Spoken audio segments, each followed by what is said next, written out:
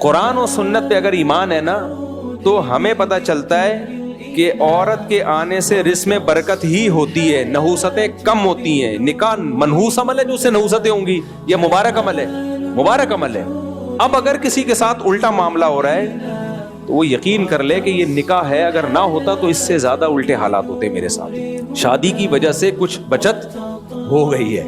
یعنی ہم تو عالم الغیب نہیں ہے نا، بہت سی پریشانی ایسی ہوتی ہیں جو ہونے والی ہوتی ہیں، اللہ نے وہ کسی کام کی نیکی کی وجہ سے ٹال دی ہوتی ہیں. جیسے دعائیں قبول کیسے ہوتی ہیں، ہم کچھ مانگ رہے ہوتے ہیں وہ نہیں ملتا، لیکن ایک مصیبت آنے والی ہوتی ہے وہ ٹل جاتی ہے.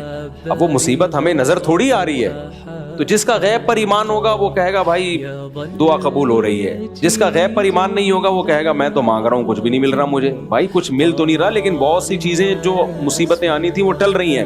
تبھی تو قرآن نے کہہ دیا یؤمنون بالغیب.